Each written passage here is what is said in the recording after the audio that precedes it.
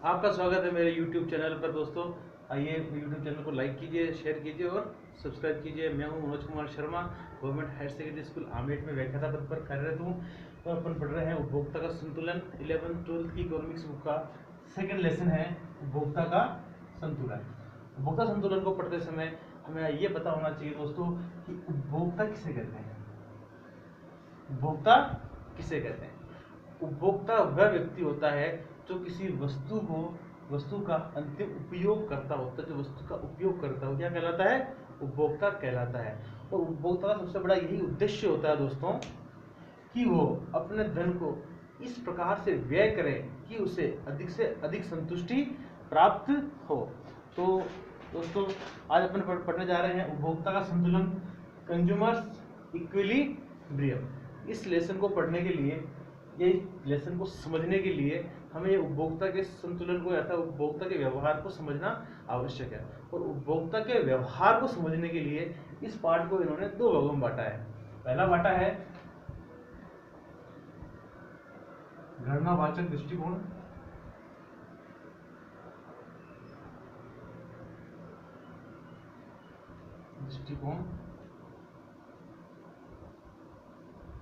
और दूसरा बांटा है इन्होंने क्रमवाचक दृष्टिकोण। ठीक है दोस्तों, गणनावाचक दृष्टिकोण को इंग्लिश में बोलते हैं कोऑर्डिनल एनालिसिस। हिंदी मीडियम के स्टूडेंट हमेशा इंग्लिश से डरते हैं। डरने की बात नहीं है, ये इकोनॉमिक्स है, यहाँ आपको हिंदी भी आनी चाहिए और इंग्लिश भी आनी चाहिए। केवल एक चीज आएगी तो इससे काम नहीं चलेगा। और क्रमवाचक दृष्टिकोण को बोलते हैं ऑर्डिनल एनालिसिस। गणनावाचक दृष्टिकोण दोस्तों ये वाला विचार किसने रखा है? मार्शल और पिगू ने। मार्शल और पिगू गणनावाचक दृष्टिकोण के पक्षधर अर्थशास्त्री हैं, जबकि क्रमवाचक दृष्टिकोण के पक्षधर अर्थशास्त्री है Allen and Hicks, professor Allen and professor Hicks. उपभोक्ता के व्यवहार को समझने के लिए इन्होंने दो दृष्टिकोण के अंदर इस लेसन को बांटा है, गणनावाचक दृष्टिकोण और क्रमवाचक दृष्टिकोण। गणनावाचक दृष्टिकोण के अंदर मार्शल और पिगू ये आपको समझाते हैं कि उपभोक्ता के व्यवहार को हम इस प्रकार से समझेंगे कि जो वस्तु से प्राप्त होने वाली संतुष्टि है उसे मापा जा सकता है, उस उपयोगिता को मापा जा सकता है। जैसे कि मुझे भी किसी वस्तु की उपयोगिता है, मुझे किसी वस्तु की आवश्यकता है। मान लीजिए मुझे भूख लग रही है, मुझे खाने की आवश्यकता है, तो खाने से मिलने वाली जो मेरी संतुष्टि है उस संतुष्टि को उपयोगिता कहते हैं। उस उपयोगिता को ये क्या कहते हैं? इनको अपन माप सकते हैं। बिल्कुल जिस प्रकार से अपन दूध को लीटर में माप रहे हैं, उसी प्रकार से अपन दूरी को किलोमीटर में माप रहे हैं, उसी प्रकार से उपयोगिता को भी माप सकते हैं। ऐसा कहते हैं मार्शल और पिगू। जबकि क्रमवाचक दृष्टिकोण के अंदर professor Allen and professor Hicks ये कहते हैं कि अपन जो उपयोगिता है इसको नहीं माप सकते, क्योंकि उपयोगिता दोस्तों ये एक मानसिक चीज है, मनोवैज्ञानिक तथ्य है। इसे सही क्रम में मापा नहीं जा सकता कि किस वस्तु से कितनी उपयोगिता प्राप्त हो रही है। इसे अपन एग्जैक्ट नहीं माप सकते हैं, इसे केवल क्रम दे सकते हैं। जैसे कि आप बाजार में जाएगा उपभोक्ता, तो उपभोक्ता पहले तो ये फिक्स है कि उपभोक्ता अपनी वस्तुओं को, अपने धन को इस प्रकार से व्यय करेगा कि उसे अधिक से अधिक संतुष्टि मिले। तो ये कहते हैं कि अपने धन को वो बहुत बुद्धिमानी पूर्वक उपभोक्ता व्यय करता है। मान लीजिए उसके पास 5,000 रुपए हैं, तो वो क्या करेगा? सबसे पहले उन चीजों को रखेगा जो उसके जीवन के लिए आवश्यक चीजें हैं, जैसे किराने की वस्तुएं हैं, लाइट बिल है, उन चीजों को वो पहले खर्च करेगा, प्रायोरिटी देगा। यदि यहाँ कुछ पैसा बच जाए ठीक है, तो जो थोड़ी ज्यादा जो कम आवश्यक है इन चीजों से उनके ऊपर वो खर्च करेगा। आवश्यक तो है, लेकिन जैसे कि आपको जीवन जीने के लिए रोटी कपड़ा और मकान की आवश्यकता है, तो पहले खर्चा करेगा वो रोटी कपड़ा और मकान के ऊपर खर्च करेगा। उसके बाद वो कम आवश्यकता वाली चीजें, जैसे कि कुछ थोड़ी लग्जरी चीजें, थोड़ी बाइक वगैरह है या कोई साधन है, तो उसके ऊपर खर्च करेगा। फिर उसके बाद जो लग्जरी चीजें हैं, आरामदायक वस्तुएं हैं, उनके ऊपर खर्च करेगा। ये वो क्रम लेके चलेगा, तब जाके उसे क्या मिलेगी, अधिकतम संतुष्टि मिलेगी। उसके बाद आवश्यक चीजें भी होगी, कम आवश्यक चीजें भी होगी, और आराम देने वाली वस्तुएं भी होगी। इस प्रकार से वो क्रम निर्धारित करता है उपभोक्ता, और उसके बाद ही अपने धन को व्यय करता है। अब अपन दोस्तों गणनावाचक दृष्टिकोण को डिटेल से पढ़ेंगे, क्रमवाचक दृष्टिकोण को अपन बाद में पढ़ेंगे।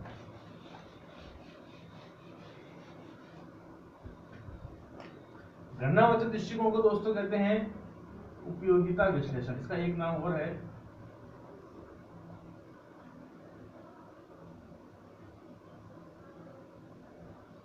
या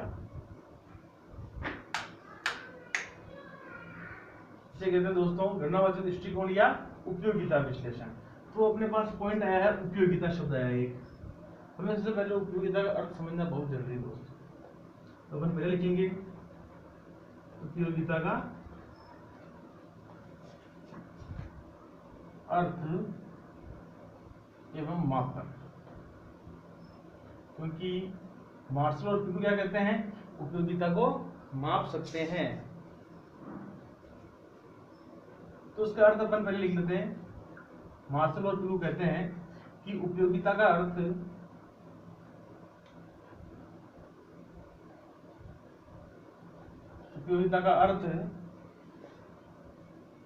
किसी वस्तु या सेवा का किसी आवश्यकता को संतुष्ट करने की शक्ति से है।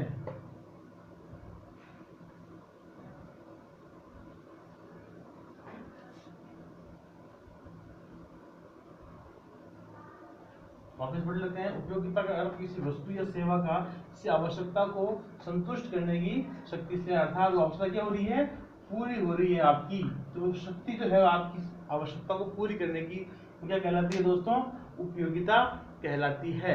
मान लीजिए आपको इस समय भूख लग रही है और आपके सामने भोजन रखा हुआ है, तो भोजन जो है वो एक वस्तु है और वो आपको अभी इस वर्तमान आवश्यकता जो भूख है उसको पूरी करने की अर्थात संतुष्ट करने की जो उस भोजन में शक्ति है क्या कहलाती है दोस्तों, उपयोगिता कहलाती है। क्या कहलाती है दोस्तों, उपयोगिता। अब उपयोगिता को मापा कैसे जाए, क्योंकि ये अर्थशास्त्र जो है मार्शल और पीकू ये कहते हैं कि उपयोगिता को मापा जा सकता है। किस प्रकार से उपयोगिता को मापा जा सकता है, सुन लीजिए मेरी बात को। जिस प्रकार से दूरी को किलोमीटर के अंदर मापते हैं, कपड़े को मीटर के अंदर मापते हैं, या और किसी अन्य चीजों को उसमें किसी मात्रक में अवश्य मापते हैं, उसी प्रकार से उपयोगिता को किसमें मापते हैं, यूटिल्स में। किसमें मापते हैं दोस्तों, यूटिल्स के अंदर मापते हैं। ये इसको उपयोगिता को मापने का क्या है दोस्तों, मात्रक है। उपयोगिता के बारे में अपने और बात करें, उपयोगिता हर स्थान के ऊपर अलग अलग होती है, हर व्यक्ति के लिए अलग अलग होती है। वस्तु व्यक्ति स्थान के अनुसार उपयोगिता सदैव अलग अलग होती है। कैसे अलग होती है, एक एग्जांपल सुनिएगा। मैं एक शाकाहारी व्यक्ति हूँ, वेजिटेरियन हूँ। यदि मुझे भूख लग रही है, अभी बहुत जोरों से भूख लग रही है और मेरे सामने नॉन वेज रख दिया जाए तो मैं उस नॉन वेज को नहीं खाऊंगा। जबकि किसी मांसाहारी व्यक्ति नॉन वेजिटेरियन के सामने उस नॉन वेज को रख दिया जाए, भोजन को रख दिया जाए, तो उसके लिए उस नॉन वेज की बहुत सारी उपयोगिता है, जबकि मेरे लिए नॉन वेज की कोई उपयोगिता नहीं है। सेकेंड एग्जाम्पल को और सुनिएगा। आपके घर में, आप अभी घर में बैठे हैं, लॉकडाउन का टाइम चल रहा है, तो आप घर में बैठे हैं और आपको पानी पीना है, घर में पानी है, कोई दिक्कत वाली बात नहीं है, आपने खड़े हुए पापा पानी पी लिया, कोई चिंता वाली बात। लेकिन आप सफर कर रहे हैं और सफर करते समय आपको प्यास लगी, आप बस के अंदर है, आपके पास पानी खत्म हो चुका है, और तब आपको स्टेशन के ऊपर आपका बस रुकती है और आप पानी की बोतल खरीदते हैं, जो पानी घर पे आपको बहुत ही कम कीमत में मिल रहा है। शायद 1 लीटर पानी की कीमत घर पे बहुत ही कम है, तो उसी 1 लीटर पानी का आप 20 रुपये तक देंगे, आप 20 का 30 रुपये देने के लिए भी तैयार हो जाएंगे, गर्मी का मौसम होगा। अलग अलग स्थान के ऊपर वस्तु की उपयोगिता अलग अलग होती है। तो ये दोस्तों अपन ने पढ़ा उपयोगिता। अब अपन दोस्तों पढ़ेंगे उपयोगिता की मान्यताएं। क्या पढ़ेंगे दोस्तों, उपयोगिता की मान्यताएं।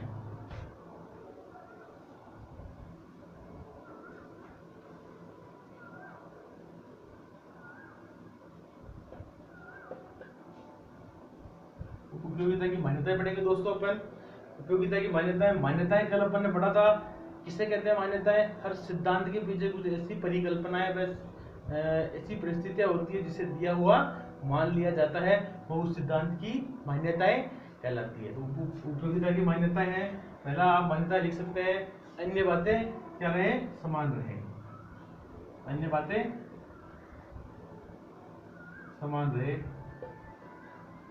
दूसरी है उपभोक्ता विवेकशील हो। उपभोक्ता क्या हो? विवेकशील हो, पागल आदमी नहीं होना चाहिए, विवेकवान व्यक्ति होना चाहिए, तभी जाके उपयोगिता की मान्यता सिद्ध हो सकती है। आर्थिक मानव हो, मानव कौन सा होना चाहिए? आर्थिक, कोई साधु और सन्यासी नहीं होना चाहिए, आर्थिक मानव होना चाहिए। उपभोक्ता सदैव चाहता है कि उपभोक्ता उपयोगिता बढ़ाना चाहता है। उपभोक्ता सदैव क्या चाहता है?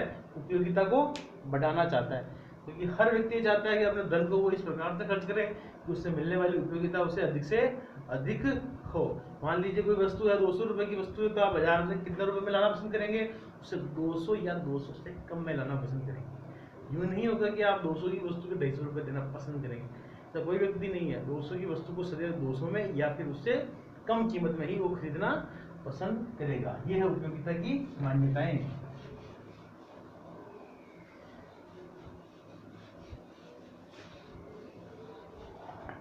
दोस्तों अपन पढ़ेंगे उपयोगिता और संतुष्टि।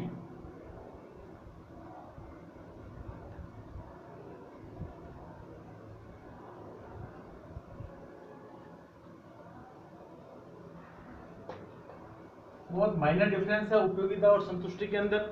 मान लीजिए मेरे लिए किसी वस्तु की उपयोगिता है, मेरे लिए इस समय मुझे भूख लग रही है, मेरे लिए गुलाब जामुन की उपयोगिता है, मेरे लिए मेरे भोजन की उपयोगिता है, लेकिन वो उपयोगिता तब तक है जब तक वो मेरे सामने है। लेकिन संतुष्टि मुझे कब मिलेगी? जब मैं उसका उपभोग करूंगा, जब मैं उस गुलाब जामुन को या खाने को खाऊंगा, तब जाके मुझे संतुष्टि मिलेगी।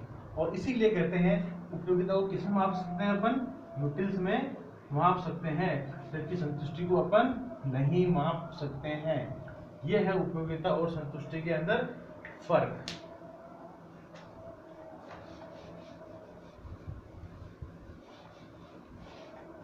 और तो अपन पढ़ेंगे उपयोगिता के प्रकार। अपन क्या पढ़ेंगे अब? उपयोगिता के प्रकार, टाइप्स ऑफ यूटिलिटी। यूटिलिटी के टाइप्स पढ़ेंगे अपन। पहला है कुल उपयोगिता। क्या है दोस्तों? कुल उपयोगिता। और दूसरा है दोस्तों सीमांत उपयोगिता। कुल उपयोगिता को इंग्लिश में बोलते हैं टोटल यूटिलिटी, जबकि सीमांत उपयोगिता को बोलते हैं मार्जिनल यूटिलिटी।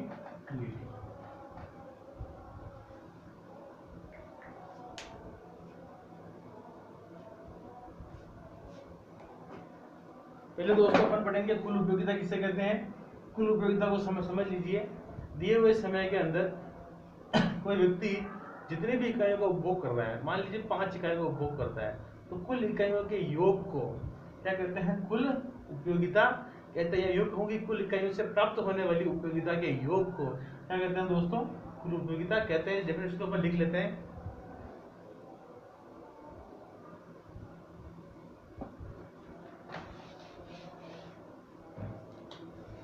किसी वस्तु के उपभोग से जो कुल संतुष्टि मिलती है,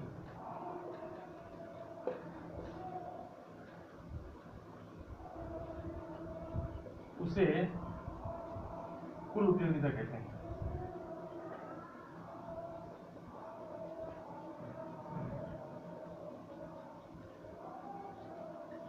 क्या कहते हैं दोस्तों? कुल उपयोगिता कहते हैं। किसी वस्तु के उपभोग में अर्थात दिए हुए समय में, क्यों कह रही है अपन, दिए हुए समय में, वो डिटेल वाइज कर सकते हैं इसको अपन। बहुत ही साधारण डेफिनेशन लिखाई है मैंने आपको, बहुत साधारण, इससे इजी डेफिनेशन कुछ नहीं हो सकती है। दिए हुए समय में किसी वस्तु के उपभोग से जो कुल संतुष्टि मिलती है, जो कुल संतुष्टि मिलती है हमें, क्या कहलाती है दोस्तों? कुल उपयोगिता कहलाती है। मान लीजिए मैंने 5 गुलाब जामुन का उपभोग किया, 1 2 3 4 और 5। पहला गुलाब जामुन खाया, मुझे कितनी उपयोगिता मिली? 5 मिली। दूसरा खाया, मुझे 4 मिली, फिर 3, फिर 2 और फिर 1। तो मैं इनको जोड़ूंगा, 5 और 4 9, 9 और 3 12, 12 और 2 14 और 1 15। तो मेरी TU अर्थात टोटल यूटिलिटी कितनी होगी मेरी? 15। समझ में आया दोस्तों कुल उपयोगिता किसे कहते हैं? इसका एक फॉर्मूला अपन लिख लेते हैं, इसी एग्जांपल से अपन फॉर्मूला भी सोल्व कर लेंगे, कोई बड़ी बात नहीं है। TUN बराबर U1 plus U2 plus UN। TUN का मतलब कुल उपयोगिता है दोस्तों। U1 का मतलब है पहली इकाई से प्राप्त होने वाली उपयोगिता। मैंने पहली इकाई कितने उपयोगिता प्राप्त हुई? 5, दूसरी से 4, तीसरी से 3, चौथी से 2 और 5वीं से 1। ये गुलाब जामुन है और ये उपयोगिता है। जो उपयोगिता लिखनी है, पहले से कितना प्राप्त हुआ? 5, फिर 4, फिर 3, फिर 2 और फिर 1। आंसर क्या आ गया दोस्तों मेरा? 15। ये मेरी आ गई TUN। इस प्रकार से अपन दोस्तों कुल उपयोगिता को ज्ञात कर सकते हैं। आप डेफिनेशन को सदैव याद रखिएगा। बेसिक डेफिनेशन ये है, वस्तु के उपभोग से जो कुल संतुष्टि मिलती है, वस्तु के उपभोग से जो कुल संतुष्टि मिलती है उसे कुल उपयोगिता कहते हैं। मुझे लग रहा है शायद आपको समझ में आ रहा होगा। नहीं भी आवे तो आप कमेंट बॉक्स के अंदर आप लिखें और बताएं सर क्या इसमें इम्प्रूव करना है, हम आपके इच्छा के अनुसार इम्प्रूव करेंगे।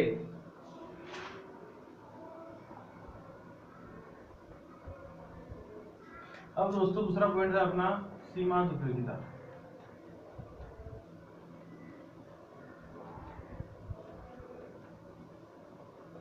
Marginal utility.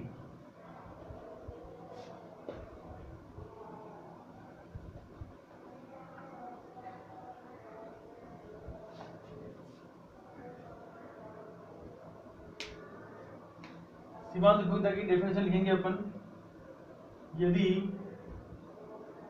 अन्य उपभोग स्थिर रहे तो दिए हुए समय में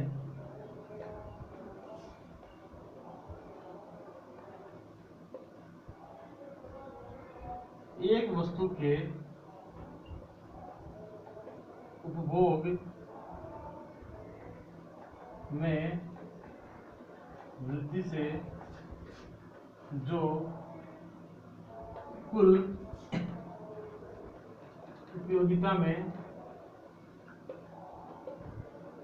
परिवर्तन आता है,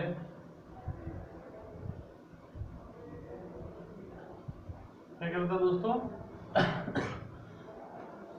सॉरी, सीमांत उपयोगिता कहलाता है।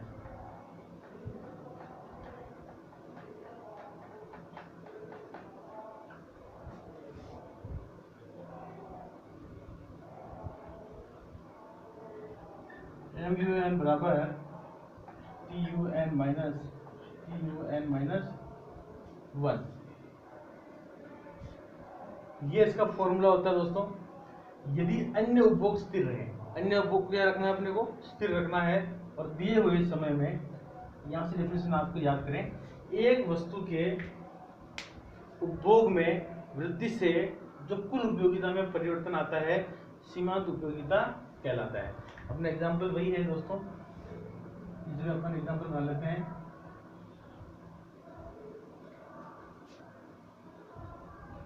पहला गुलाब जामुन, दूसरा, तीसरा, चौथा और 5वां।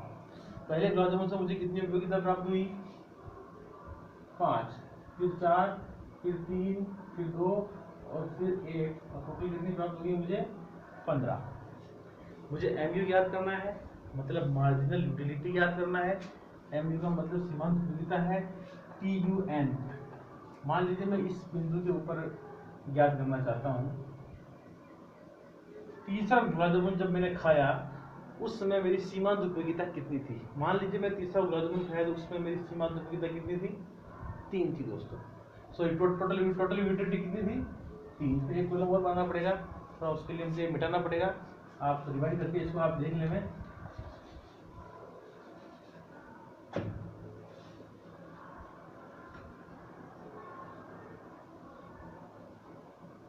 ये है MU और ये है TU और ये है अपने गुलाब जामुन। तो पहला गुलाब जामुन खाया, दूसरा खाया, तीसरा, चौथा और पांचवा। 5 4 3 2 और ये 1। TU मतलब टोटल अपन ने कितना उपभोग कर रहे हैं, 5 5 और 4 9 9 और 3 12 12 और 2 14 14 और 1 15। इस प्रकार से दोस्तों अपने को ये MU और TU की टेबल ज्ञात हो गई है। अब इसका सवाल का सॉल्यूशन करेंगे अपन। TUN अपन कौन से बिंदु की बात कर रहे हैं, इस बिंदु के ऊपर बात कर रहे हैं। तो मैंने तीसरा गुलाब जामुन खाया तो मेरी टोटल यूटिलिटी कितनी थी, 12 थी। मेरी टोटल यूटिलिटी 12 थी। और जस्ट इसके पहले TUN-1 मतलब जस्ट पहले मेरी कितनी थी, 9 थी। 12 में से 9 गए तो कितना आंसर आ गए, 3। अर्थात जब मैं तीसरा गुलाब जामुन खाता हूं तो मेरी सीमांत उपयोगिता कितनी बढ़ती है, 3 बढ़ती है दोस्तों। कितनी बढ़ती है सीमांत उपयोगिता, 3 बढ़ती है। तो अर्थात इसमें एक अतिरिक्त इकाई का उपभोग करने से कुल उपयोगिता में जो परिवर्तन आता है वह क्या कहलाता है दोस्तों, सीमांत उपयोगिता कहलाता है।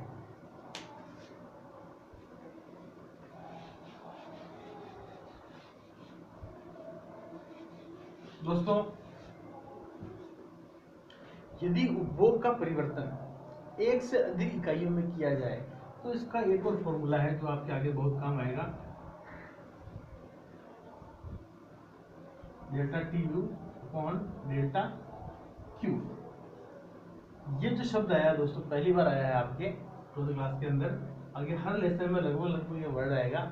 जब अपन व्यष्टि अर्थशास्त्र जितने भी चैप्टर पढ़ेंगे हर के अंदर ये साइन आएगा।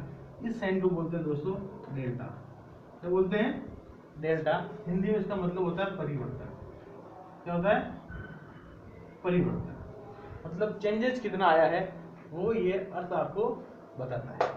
समझ गए दोस्तों, इसको आप दिमाग में रखें, ध्यान रखें, नोट करके रखें। इसको अपन हिंदी में लिख सकते हैं या आगे जगह नीचे, आगे जगह नहीं है नीचे लिखेंगे कुल उपयोगिता में परिवर्तन। कुल उपयोगिता में परिवर्तन।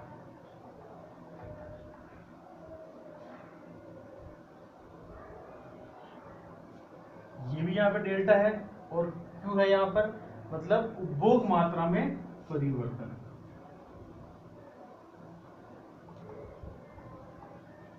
उपभोग मात्रा में परिवर्तन, ये इसका हिंदी में अर्थ है। आप हिंदी व इंग्लिश दोनों ही याद कर सकते हैं, किसी प्रकार की कोई आपत्ति नहीं है। ठीक है दोस्तों, समझ में आया आपको कुल उपयोगिता व सीमांत उपयोगिता।